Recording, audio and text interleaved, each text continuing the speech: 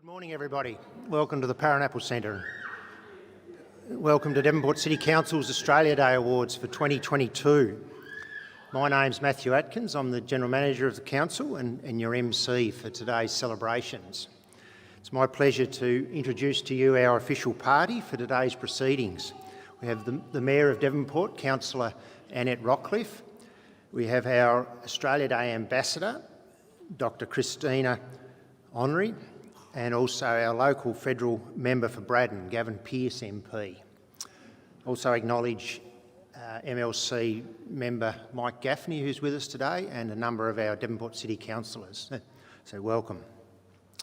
And our event today is being live streamed on YouTube, which is a first for the Australia Day celebrations around the world. And it's becoming a necessity in the COVID world, but it's also a great opportunity for those new citizens that have got friends and relatives all around the world for them to tune in and see today's event. So for those that are watching from wherever you might be in the world, welcome to Devonport, Australia. In respect and recognition of the Tasmanian Aboriginal community, I acknowledge the traditional custodians of this land on which we meet today, including elders past, present and emerging. For those who are able, would you please now be upstanding for the Australian National Anthem.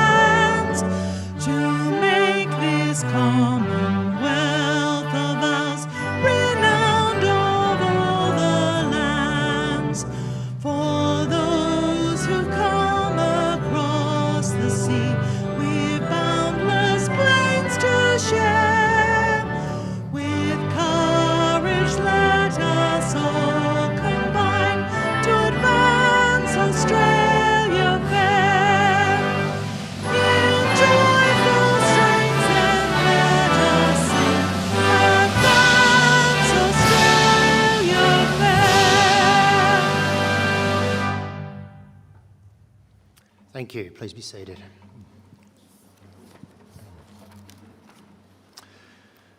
Today's celebration is a combined event. Firstly, we have our Citizenship Ceremony, where we will welcome 43 new Australian citizens. Our new citizens are joining our community from the United Kingdom, New Zealand, Ukraine, the Philippines, Thailand, Hong Kong, Taiwan, Sri Lanka, Canada, Sweden, Denmark, Vietnam, Nepal, India, England and Germany. The Citizenship Ceremony will be followed by the 2022 Australia Day Awards, where we will announce the recipients of the Community Event of the Year, the Young Citizen of the Year and the Citizen of the Year Award. To commence proceedings, I now invite the Mayor, Councillor Annette Rockcliffe, to officiate as the presiding officer for the Citizenship Ceremony.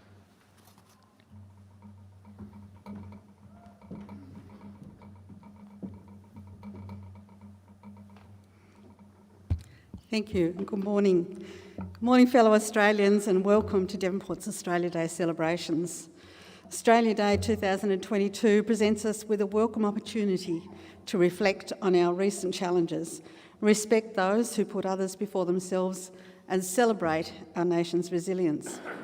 Australia Day is a day to reflect on the past, the present, and what the future might hold, and to think about where we've been and where we're going as a nation. On Australia Day, we reflect on our nation's true history, which began tens of thousands of years ago with the first Australians, the world's oldest living culture, and on the impact that European settlement had on our first Australians and their way of life. We reflect on our modern history, the waves of immigration that have shaped us into one of the world's great multicultural success stories. We respect that regardless of where we come from, the faith we follow, or the language we grew up speaking, we're all Australian, and we all have a contribution to make. And we celebrate our nation's place in the world, a proud, ancient, multicultural nation built on shared values that allow us to enjoy the freedoms and opportunities to which other nations aspire. Over the past year, our nation has faced fire, flood, drought, as we seem to every year, and of course the coronavirus pandemic, and of course here in Devonport we've had our special challenges over the last couple of months. On Australia Day 2022, we reflect on the selfless and courageous sacrifice of thousands of first responders and frontline workers who put the safety and well-being of others before their own. We reflect on the resilience of communities and the spirit of helping, giving and supporting that defines us as Australians. We respect the stories, the histories and the contributions of all Australians, especially those who have given so much over the past year. On Australia Day, we celebrate being Australian together. Whoever you are, wherever you're from, we're all part of this story. Today, we welcome new citizens to our community from across the globe. We welcome you and are thrilled that you have chosen to officially join us, along with many thousands of others across the country who will also become Australian citizens today. We hope you will share our passion for this wonderful city and the nation, and we're honoured that you see your future here with us. This citizenship ceremony is conducted under the authority of the Minister for Immigration and Citizenship and is prescribed by the Australian Citizenship Act of 2007. As the presiding officer, I have been approved under the Act to administer the Pledge of Commitment as a citizen of the Commonwealth of Australia. I invite Gavin Pearce, Federal Member for Braddon, to now read a special message from the Minister for Immigration, Citizenship, Migrant Services and Multicultural Affairs, the Honourable Alex Hawke, MP.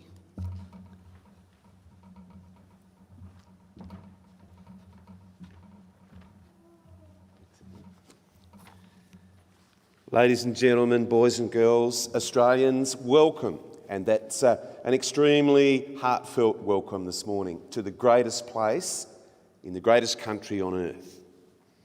This Minister's message that I'm about to read out comes, as the Mayor has alluded to, from the Minister for Immigration, Citizenship, Migrant Services, Multicultural Affairs, the Honourable Alex Hawke, MP, and he's requested that I read his message to you on this very special and auspicious day. Today, you become an Australian citizen. We as a nation are immensely proud of what we have achieved as a nation, and we welcome you in joining us. Our history and culture has been forged over thousands of years, firstly through Aboriginal Torres Strait Islander people, and more recently with people from all corners of the earth. Australia has succeeded as a nation by embracing and defending our national values. We believe in the freedom and the dignity of each individual, every single individual that sits amongst us.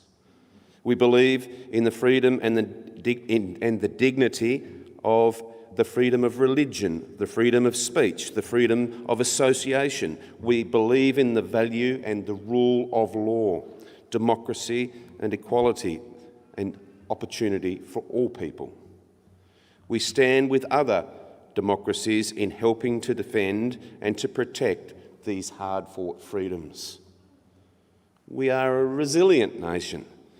Droughts, bushfires, floods, and even a global pandemic have challenged our normal way of life. Our social cohesion has become a pillar of strength for Australia and has never been as important as today. Upon taking this pledge today, this important commitment, I call on you to individually embrace these values that I speak of, the rights and the responsibilities of Australian citizenship, and play an active part in your local community to build an even stronger nation. On behalf of the Prime Minister and the Australian Government, I congratulate you on reaching this very special day. Signed, Minister Alex Hawke.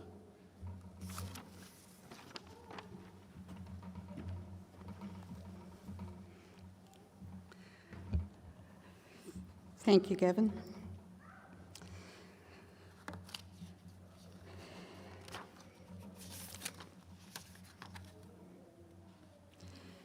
Now comes the official part. I invite those new citizens who are taking the oath with Pledge 1 card to please step forward and face the community, and we will do the pledge together. So if you have Pledge 1, please step forward over here where our lovely Ms Ford is.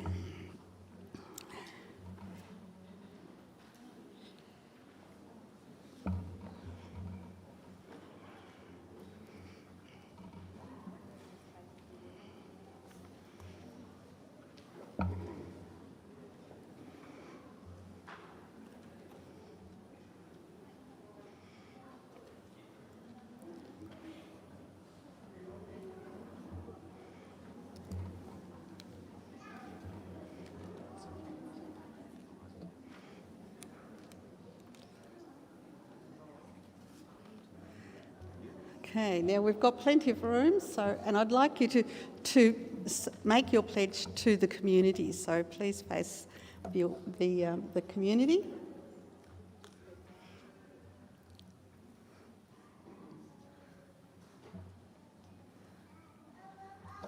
Okay, are we all ready? I'm going to say line by line and ask you to repeat it after me. And I do need to remind you that you need to say it out loud to make it legal. Okay, so we want to hear you in nice big voices. We good? Need to be able to read it. From this time forward, under God, I pledge my loyalty to Australia and its people, whose democratic beliefs I share,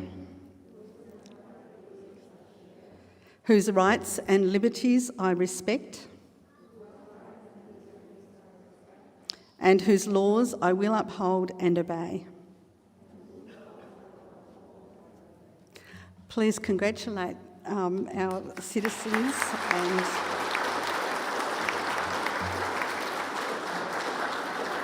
and I will ask you to just move along to the side, and then we will do the certificates when we've done the next bit. So if I could ask you to move to the wall, that would be fabulous. And then those of you who are remaining, who have pledged to, I would ask you to come forward to make your commitment, please.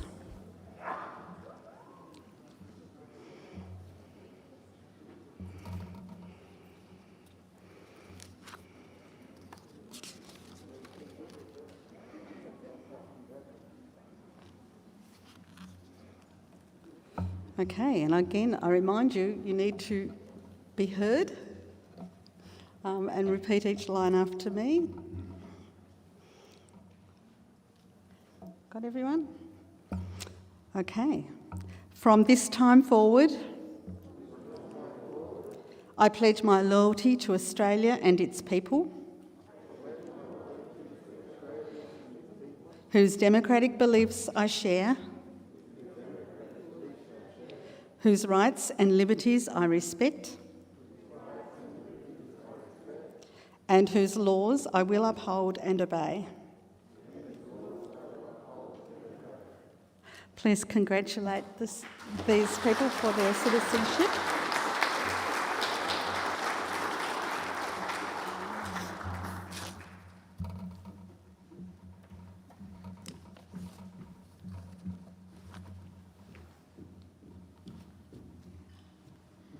As I call your name, could you please come forward and accept your Citizenship Ceremony certificate from the Mayor? At the conclusion of the formalities today, each of our new citizens will also receive an Australian native plant to take home with them as a memento of this special day, and also a small gift from Gavin Pearce. Tobias Danielson.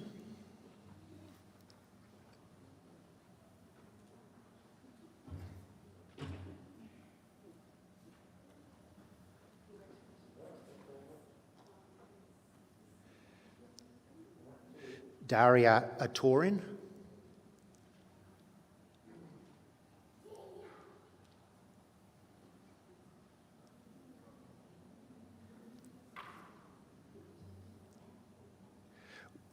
Wincelli Bassett.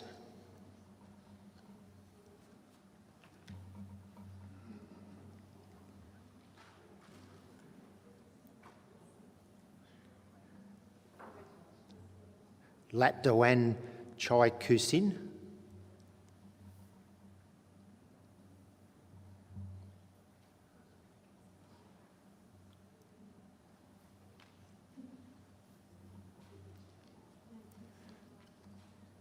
Wei Yi Chan.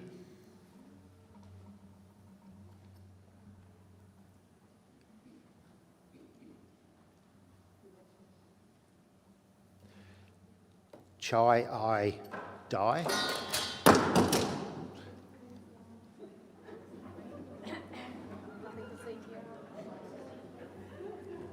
It's not broken.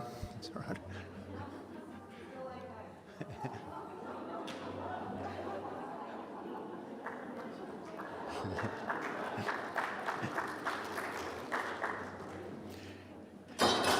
Oops.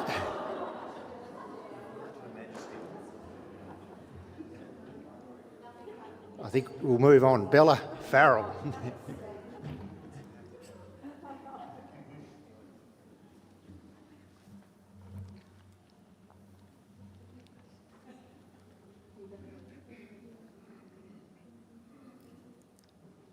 Kevin Gargilou.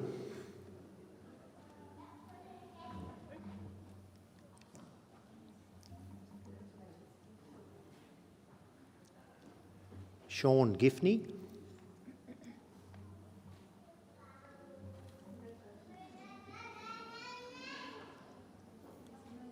Wan Jung Hu Ce.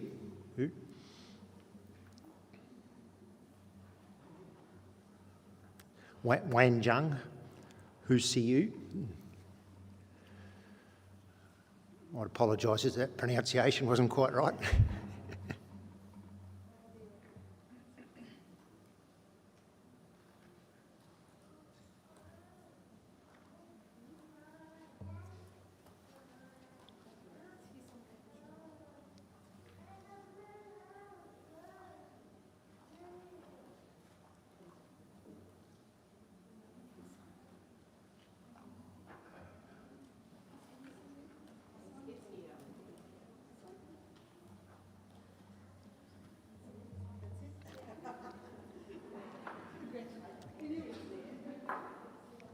David Jones.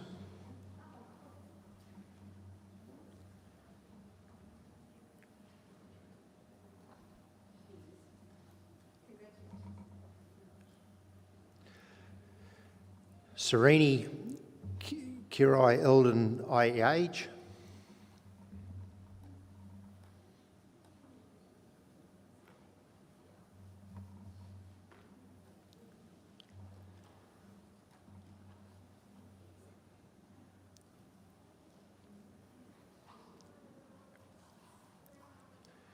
Kalpana Karel.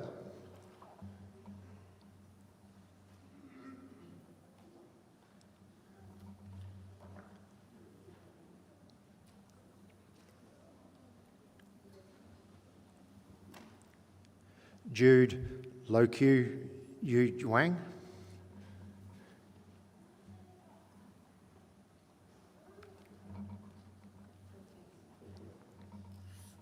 Joanne McWalter.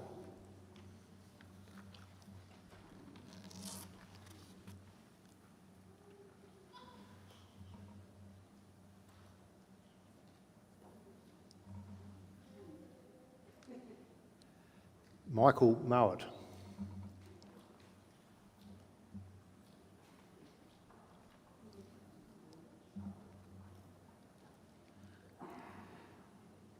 Hilda Mee-Guillet.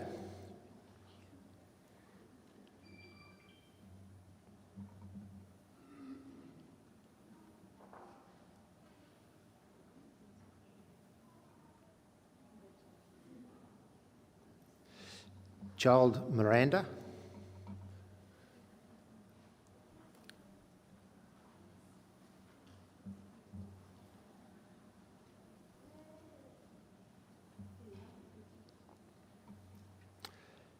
Janice Mosserino.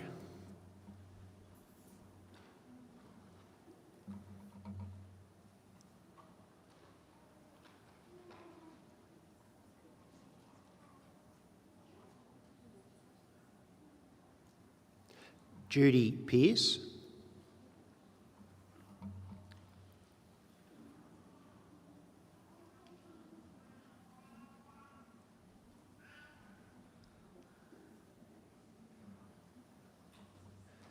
Hannah Persson.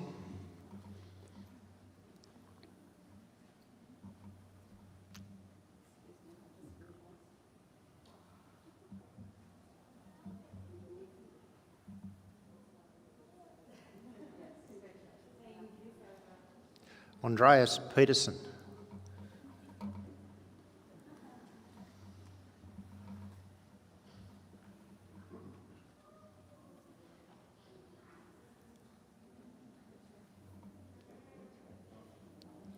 Trin Pam.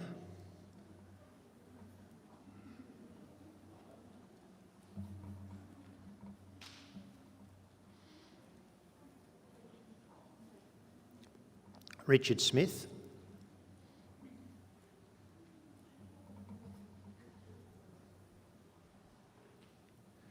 Shiva Subedi.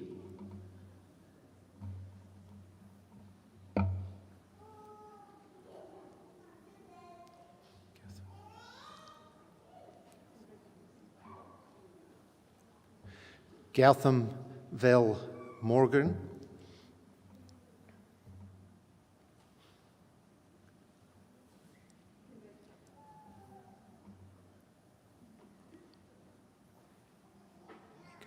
Ankarad Wilson.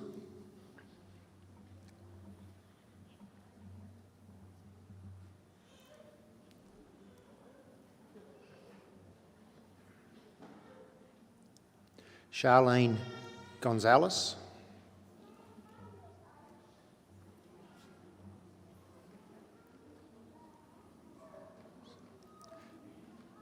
Patricia Gonzalez.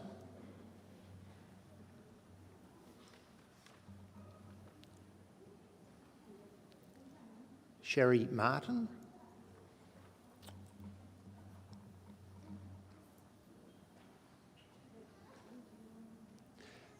Alison Northcote.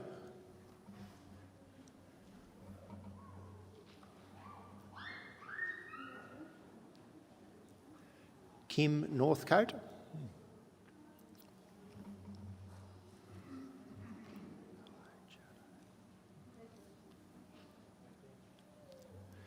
Danica Alojado.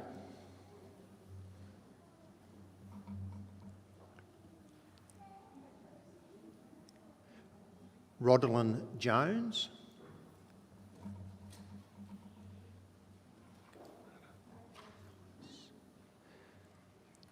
Kalana Nicholas Fernandilage.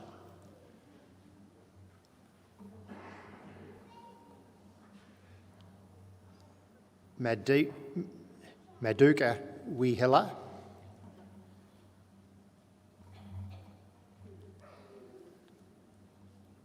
Henry Linda.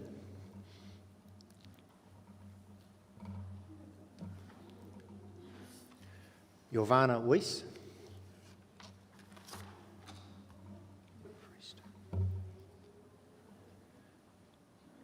Master Freester.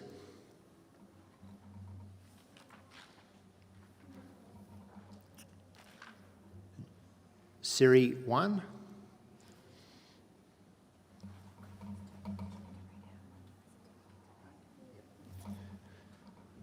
Graham Alexander.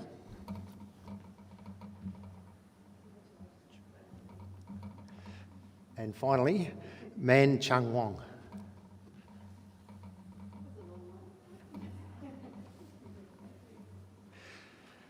Please join me to congratulate our newest Australian citizens.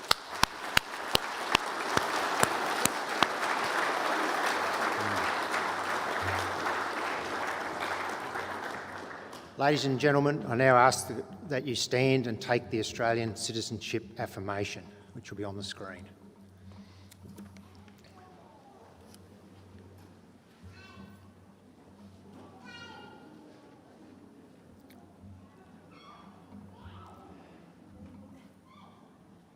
Please say together, as an Australian citizen, I affirm my loyalty to Australia and its people, whose democratic beliefs I share, whose rights and liberties I respect, and whose laws I uphold and obey. Thank you. Please be seated.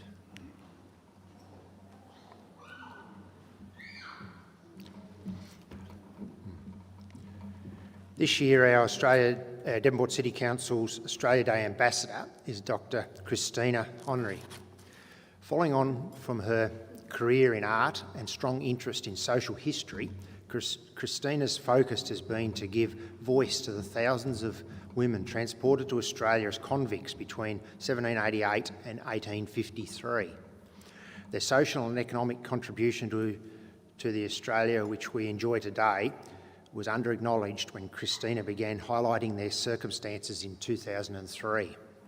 As an artist, Christina connects communities across Australia and globally to the female convict story using the simple yet evocative symbolism of a cloth bonnet. Since 2010, Christina has travelled to Ireland and the UK annually, holding events up until 2020 when COVID restrictions stopped the overseas travel. Recently, Christina has initiated a database and a textile tribute to the thousands of orphan girls who were given assisted passage to Australia in the mid-1800s, escaping impoverished lives, mainly in workhouses in Ireland and the UK. Christina was the honorary artist in residence at the Cascades Female Factory Historic Site in South Hobart from 2003 to 2015. Christina's art is permanently installed and has been exhibited in many places across the globe. Please welcome Dr. Christina Honnery.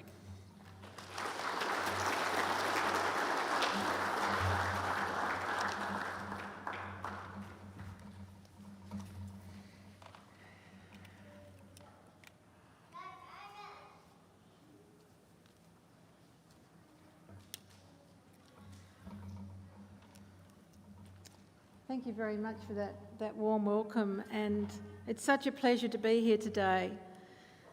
It's a real honour, and I'd like to concur with everything that your Mayor said earlier in relation to Australia Day. I'm not going to repeat what she said, but I'd like to just say that everything you said was valid and important, and I totally agree with the words that you mentioned. My journey started, well actually before my art journey started, I just wanted to say that I used to live in Circular Head. I lived in Circular Head for a few years, and back in those days I was an alternative health practitioner, and I used to come down to Devonport as part of the Adult Ed scheme and teach therapeutic massage here for a number of years. So I feel very at home being here in Devonport, even though now I live in Hobart. But I have to say, I haven't been here for a little while, and I'm so impressed with the amazing buildings that have sprung up since I was last here. This particular building is a real tribute to the foresight of the Devonport City Council and others who have made this happen, and it's just lovely to be able to have this vista today as you're all here celebrating Australia Day and the new recipients of the Australian citizenship. I was speaking with one of the people today, I think Siri, downstairs while we were waiting for the doors to open, and she's so excited about becoming a new Australian, and that's a real joy to see so many here. 43 people today, that's just wonderful. So talking about my art career, which started in round about 2000, 1999, 2000, I was at the University of Tasmania and I saw a module offered called the Historical Landscape, which made me laugh a bit because I thought, hysterical landscape? Oh no, historical landscape. And I decided I would study that particular module, and one of the places it took me was to the Cascades Female Factory. Now, some of you may have no idea what a female factory is. I certainly had no idea what a female factory was back in those days. And so on the last day of the module that we went, it sits just at the foot of Mount Wellington in South Hobart, and there's not very much of it left. There's sandstone walls, there's an archaeological dig, which you can see the size of the cells, which were tiny where the women were held. And back in the day when I visited in 2003, there was also another building, a more modern building, that was a fudge factory, and what had been a private residence which had become the administration for the Female Factory Association. I could not believe that I did not know this story. I had never heard of a convict woman, and I didn't know what a female factory was prior to this visit. And after everyone left in the middle of the day, I stayed and contemplated about this story. 25,566 women came out to Australia. Around half that number came to what back in those days was Van Diemen's Land, now of course Tasmania. And I didn't know anything about it. I couldn't believe it. And I went back about a week later and I said, look, I'm training to be an artist. Maybe I could help by using art as a way to give a visual expression of the story of these women's arrival and their contribution to the nation. And so they said, oh yes, you can be our honorary artist in residence. And I thought, oh wow, that sounds pretty good. But you know what honorary means, don't you?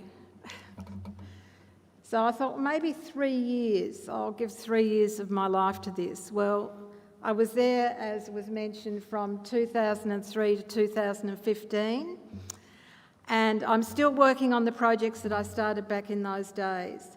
So what I did was I was there for a little while. I used a whole range of different things. I asked people around Australia to send me, who had convict ancestry, to send me cuttings of their hair, images of their hand imprints, and I used those as art projects. But eventually I went to Narina, which is the Heritage Museum in Battery Point. Some of you may have been there. It's the first folk museum that was ever started in Australia. It's now part of the Tasmania Museum and Art Gallery. And in that building I saw the most amazing collection of christening bonnets. And I looked at those bonnets and I thought, I think this is what I may have to use as the symbolism of the lives of the children who were born to the convict women who came out, who were held in the female factories, who didn't make it, the children who died, and there was a large number of them who died at the female factory. Now, I was just using the female factory down there in South Hobart as the sort of template of what I was doing, but really it was telling the story of any of the convict women and their children who were in any female factories across the eastern seaboard of Australia, of which there were a number. So I took this little christening bonnet, and first of all I took photographs and I made imprints, printmaking onto A4 acetate, clear A4 acetate sheets. I had 900, they hung in rows of 100, 9 rows of 100, and it was in like a block, a rectangular block that swayed slightly as you walked around it. It was incredibly ephemeral, and it was shown in various places in Tasmania and across in the mainland. Unfortunately, it didn't come to Devonport. People who saw that work were really moved by what they saw as a reflection of the lives of those children, to the point that I thought I should be asking people other people to be involved in what I'm doing, not just have me as a one artist person doing some work, but involve the community. So in 2004 there was a bicentennial and I was able to get some funding, and I sent out across Australia 900 pieces of calico cut out in the shape of a bonnet, just needed to be stitched up, and I sent some tape and some ribbon, and I just randomly posted it out to 900 people across Australia. And I put a little note in with it and I said what I was doing and why I wanted people to be involved. Would they sew it up and send it back to me? And if they weren't able to, would they pass it on to someone else? Now this was really a trust thing for me, because I had no idea whether any would come back. And I had a very short space of time between the funding coming in for me to do this work and send everything out and when I was going to actually have the exhibition up at the Female Factory. I had it up on the 8th of March on International Women's Day, and you will not believe how many bonnets came back from around Australia. I got 1,800 little tiny bonnets came back. And so I had them on polystyrene balls that I'd covered with stocking. They had a wooden doweling, and I put that into the ground. I was followed around by a camera team from a television station from the mainland, and when I put the first one into the ground in the shape that was to be in the shape of a cross, the skies opened, the rain came pouring down. I wasn't dressed in any wet weather gear, and I thought, this is my first time on national television, I'm looking like a drowned rat. But you know, I thought to myself, really, it's exemplifying the tears of the mothers in memory of those babies that died at the site at the Female Factory. So bonnets have become the symbolism I've used to tell the story of these women. Now these women who came out, these convict women, that was forced migration. They didn't choose to come out here necessarily. Some of them actually did. A few of them did choose to come out here because life was so terrible for them in their homes. But most of them were forced to come out, not like the people today here who've made the decision, free will, to become Australians. These women, they left their homeland never to see it again. Most of them never got the opportunity to go back home again. And they came out to a country that was so different from where they'd been living. It's hard to imagine what it was like for them. I think their resilience is really what we see today in our community. The people who have come from those early women, that resilience still shows through today. So I think it was about 2007, and I thought, I can't just be remembering the babies and children, I've got to remember the women themselves. And so I started a project called Roses from the Heart. And why did I choose Roses from the Heart? Well, it was because it was with heartfelt appreciation of the contribution those women had made to our country, with their skills that they brought out with them, so many diverse trades, and the fact that they became the wives and the mothers of the generations that were to follow. And so I went back to Narina and I chose an 1860s servants bonnet. This is the shape of it. This is the actual bonnet template that was worn by these women when they went out to be assigned servants. It's just a simple bonnet. It has 3 pieces, and if I hold it up you can see this isn't a simple bonnet really, but the actual idea of it is a simple bonnet. Every woman back then wore a bonnet, so I thought it was quite fitting that I used a bonnet as symbolism. Every single woman, no matter who you wore a bonnet. Of course, if you were poor, it was just a very simple bonnet, and if you were wealthy, it was a very elaborate bonnet. The bonnets that have been made by people in my project are just extraordinary. This is a lovely bonnet, and I hope people will come and look at it later. So when I first started Roses from the Heart, I thought maybe 3 or 4 years before I'd get the 25,566 bonnets in. But I'm still going. I'm almost to the 25,566, but it's not as though this project will finish today or tomorrow, because there's constantly something else that I realise I need to be doing with the bonnets. As was mentioned earlier, I've been travelling backwards and forwards to England and Ireland since 2010 each year, and I've been going there because this is where most of these women came from, and it's really wonderful to return to the places from whence they came. So across those countries, I'm working to have bonnets in various counties, in places of relevance like jails where the women were held, places where the women left from on the ships, and have bonnets permanently installed there. When I first went across to Ireland in 2010 with this project, I was in a building called the Cove Heritage Centre. In Ireland, there were two harbours from which the ships left from. They either left from County Cork, Cove in County Cork, or they left from outside Dublin in what we now know as Dunleary.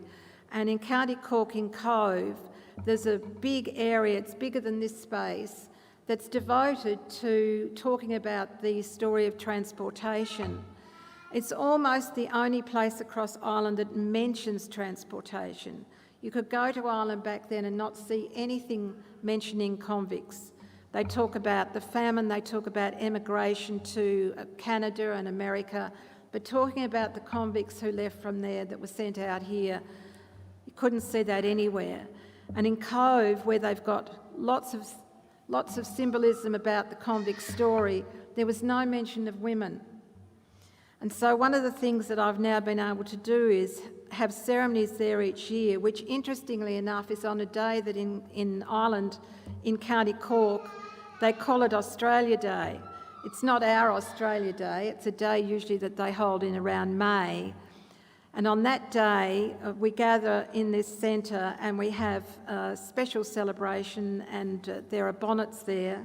And there are now permanent bonnets remembering the women who were on the Neva, who left from that port and came out and unfortunately sank off the coast of King Island.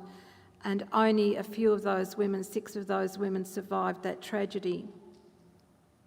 So if you're travelling at some stage to Ireland and you go to County Cork and you go to Cove, you'll see a dinghy and it's full of bonnets remembering these women. That's just one of the things that I've been able to do in Ireland.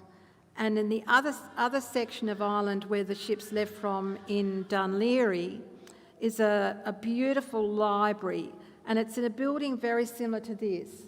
You stand in it, it's got a wonderful vista out to the port. You can see straight out to the port of Dunleary where the ships left from, bringing those women out here to Australia. Standing here today is very reminiscent of being in that building. And in 2020, I was going to be having a big exhibition there, and I was going to have a special celebration there at the port in relation to the ships that left there with the convict women. But because of COVID, that's been cancelled till a date as yet unknown, but sometime in the future. But being here today reminded me of that centre.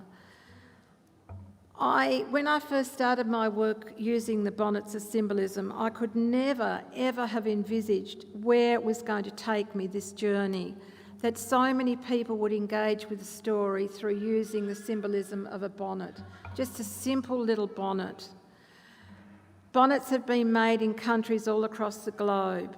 If I said to you bonnets were being made in South Africa, I could not believe it when a bonnet came from South Africa.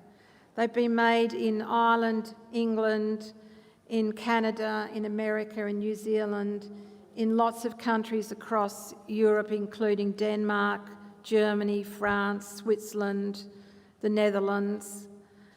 And they've now been permanently installed, and there are exhibitions in a number of countries, including some of those: Ireland, England, Canada, America, New Zealand, Germany, France, and I've probably forgotten some of the others, Denmark, and of course across Australia.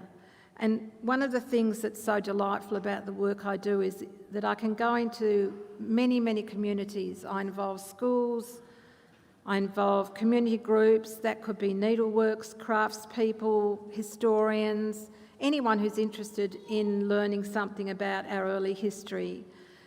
I go and work in prisons, and I've had staff and inmates of prisons involved in ceremonies, making bonnets, and also making woodwork, and schools that contribute by making the heads that the bonnets stand on.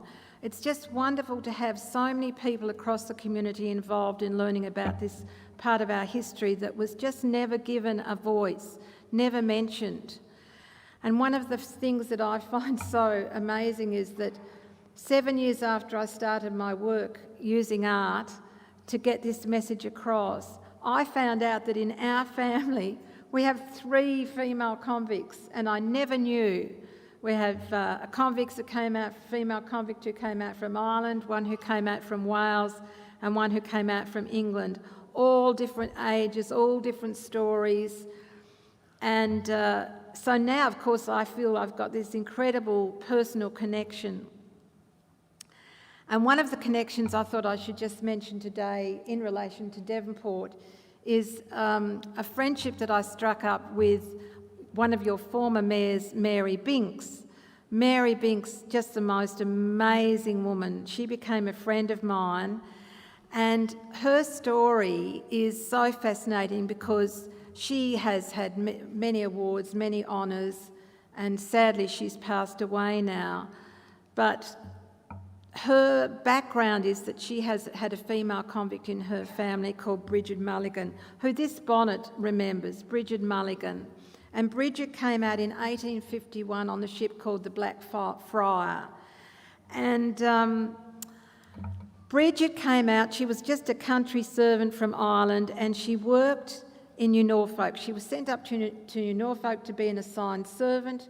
She worked there, she married, she had a daughter called Hannah, and when Hannah died, that family owned every single house in Charles Street in New Norfolk.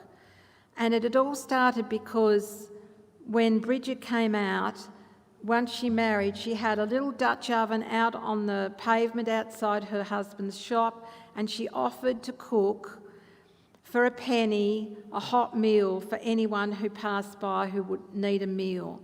And from her enterprising with that and the other money that came in from her husband's business, they ended up owning every house in Charles Street. Just an incredible story.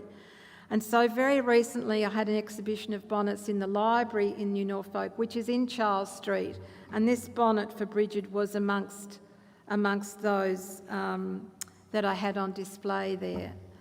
And I don't know if any of you here today met Mary, but she certainly had a huge influence on me, and I think she exemplifies the families that followed on down the generations from these resilient women who came out as our early convict colonial contributors to the nation that we enjoy today. There's so much that I could tell you about my story, but my time is limited. Anyone who wants to come and chat with me later, I've got some photos you can see of the work that I do, the exhibitions I hold. But I'm really proud to say that the work has been documented by television, documentaries, RTE in Ireland, which is the equivalent to our ABC, followed me around twice on my various visits to Ireland and did our documentary shows. There's been CDs, videos, and so much interest from the communities around the world that I think that this story is really getting out there, and it's wonderful to be part of the way of telling our Australian story and to be able to be proud of these women who were such a force.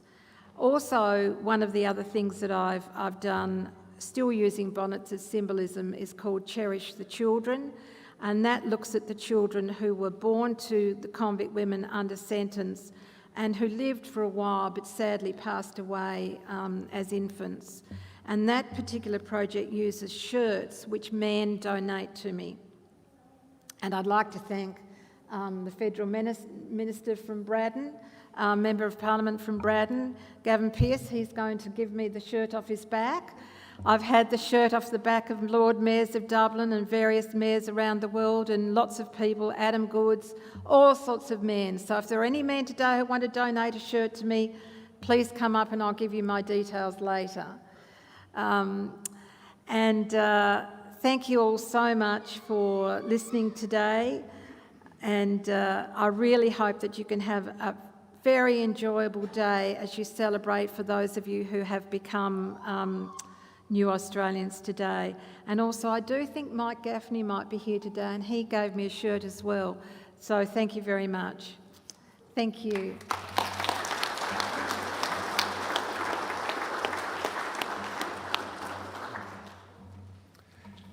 Thank you, a fascinating story. Mayor Rockcliffe will now make a presentation to Dr Honnery with a gift of appreciation and also her Australia Day Ambassador pin.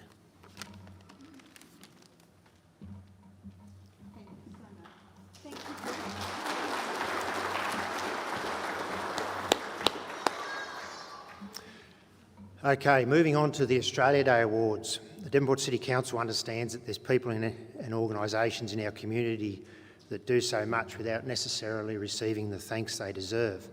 Today is an opportunity to recognise some of these contributors through Council's Australia Day Awards. Each year the Council seeks to present a Community Event of the Year award, a Young Citizen of the Year award and a Citizen of the Year award in recognition of contributions made to our community. Mayor Rockcliffe will now present the nominations and announce the winners of each of these important awards.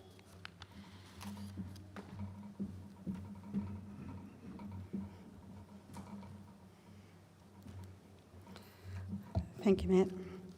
Council's pleased to be able to present all three awards this year. The first award is for the Community Event of the Year. This year there were 5 nominations, and you probably couldn't get a more diverse selection of events.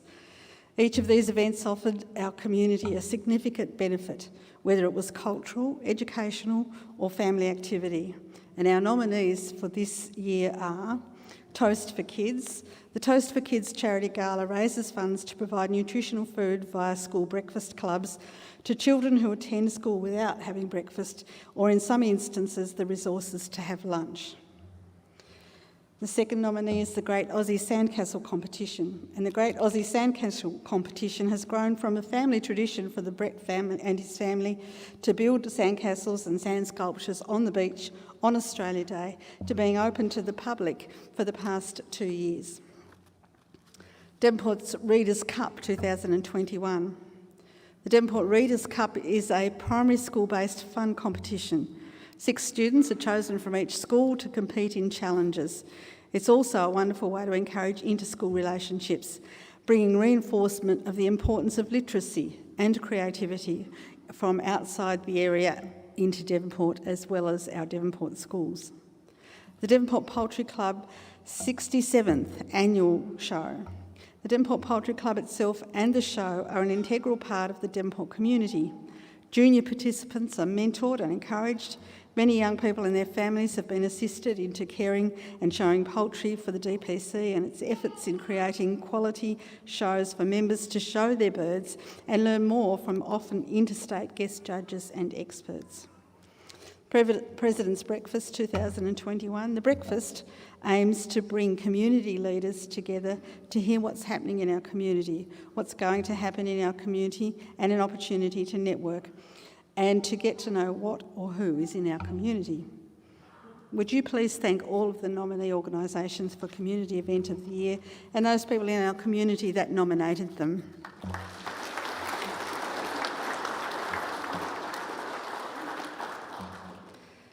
The recipient of this year's Community Event of the Year is the Devonport Poultry Club's 67th Annual Show.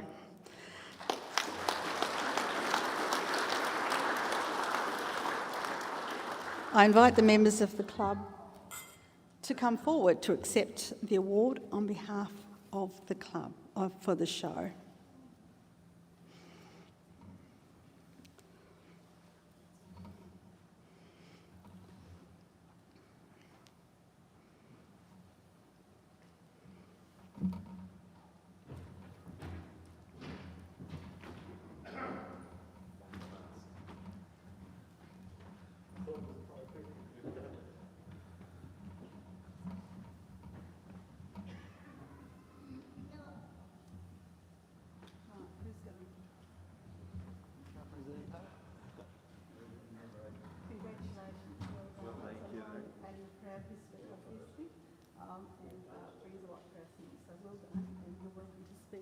I'd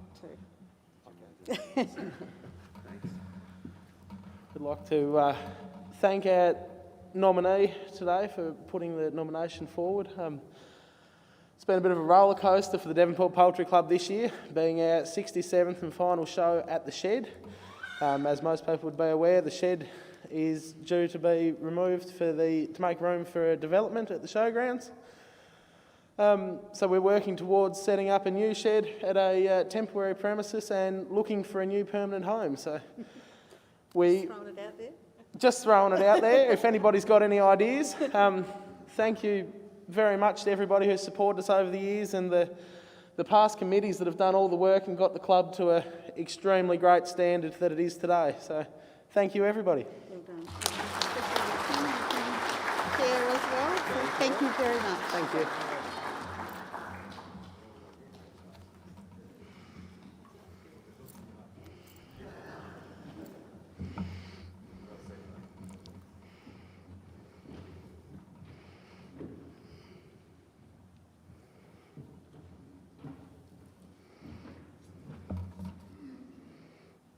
The next award is for the Young Citizen of the Year.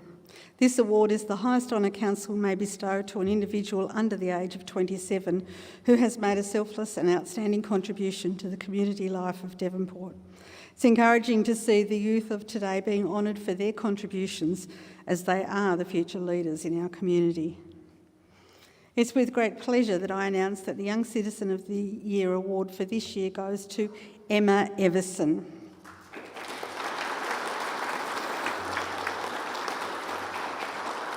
When Emma heard the story of Brittany Higgins in February 2021, she wanted to know what support was available for women locally who made them find themselves in this situation. Emma's mum, Cassie, told her about the Warrawee Women's Shelter, and this gave Emma an idea. Within 24 hours, Emma had contacted Warrawee with a fundraising idea and was given permission to have a high tea to support them. Emma raised in excess of $10,000 for Warrawee Women's Shelter during the Devonport Food and Wine Festival by hosting a high tea in this very space. I invite Emma to accept the award, and then she might like to speak.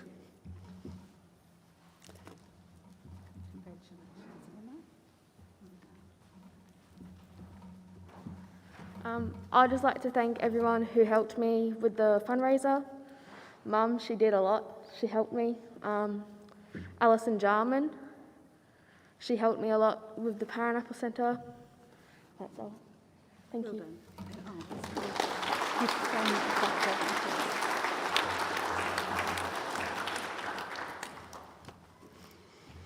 I think we're in good hands, eh? Our third award today is the Citizen of the Year award. This award is the highest honour council can bestow and is awarded to a member of the Devonport community in recognition of outstanding contribution made to community life within the city over a period of time. I'd just like to take the opportunity to thank the people who have made the nominations. Council have to use, we take nominations from community, so it's important that if you know of someone who has been given us a contribution that hasn't been recognised or you believe should be recognised, that I just urge you to remember to take the time to make those nominations so we have this opportunity to thank those people. We have 4 outstanding nominees for this year. The first one is Nathan Tucker. Nathan has excelled in community engagement and support in the local area. He's shown a passion for supporting young people, art, business and culture in Devonport through his effort at Rant Arts.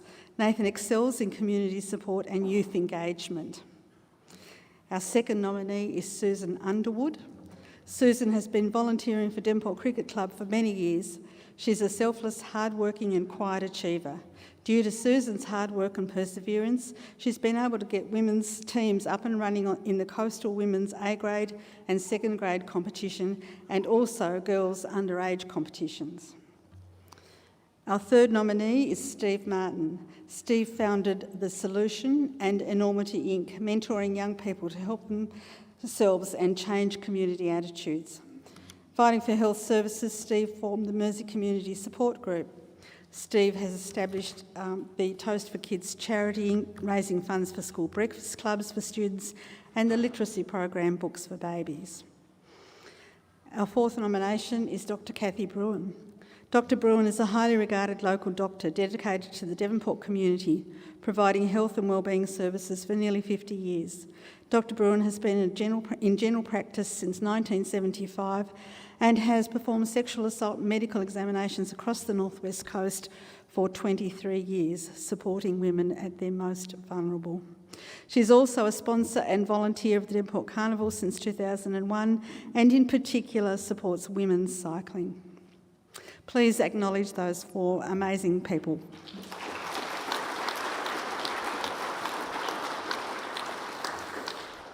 It's with great pleasure that I announce that the Citizen of the Year award this year goes to Dr. Kathy Bruin. I invite Kathy to the stage.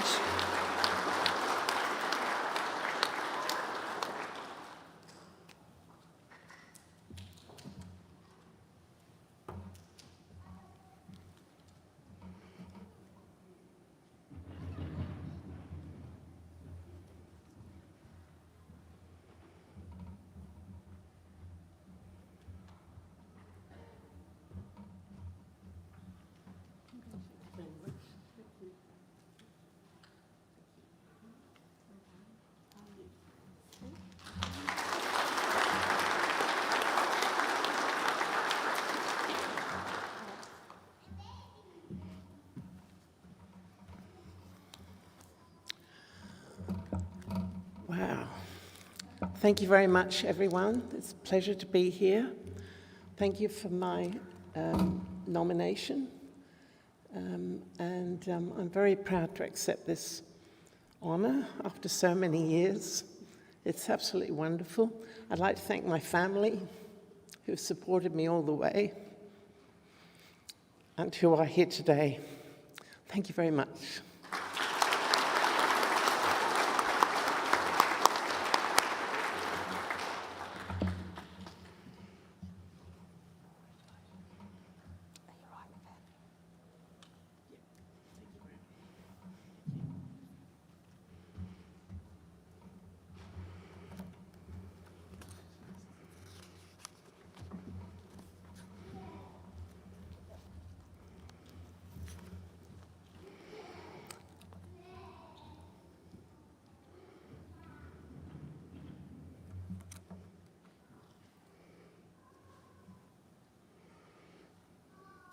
I'm sure you'll all agree that these have been outstanding contributors to community life within the city and are all very worthy winners and nominees. Please thank them again.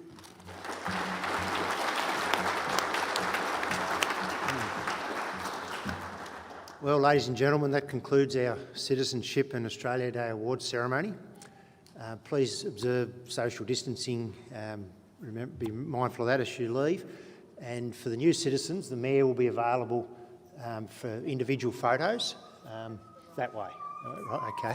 And please just leave your masks on while you're waiting to have your photograph, but she's happy for the masks to be removed while the photographs are occurring. And please don't forget to collect your plants. So thank you everyone for coming and enjoy your Australia Day.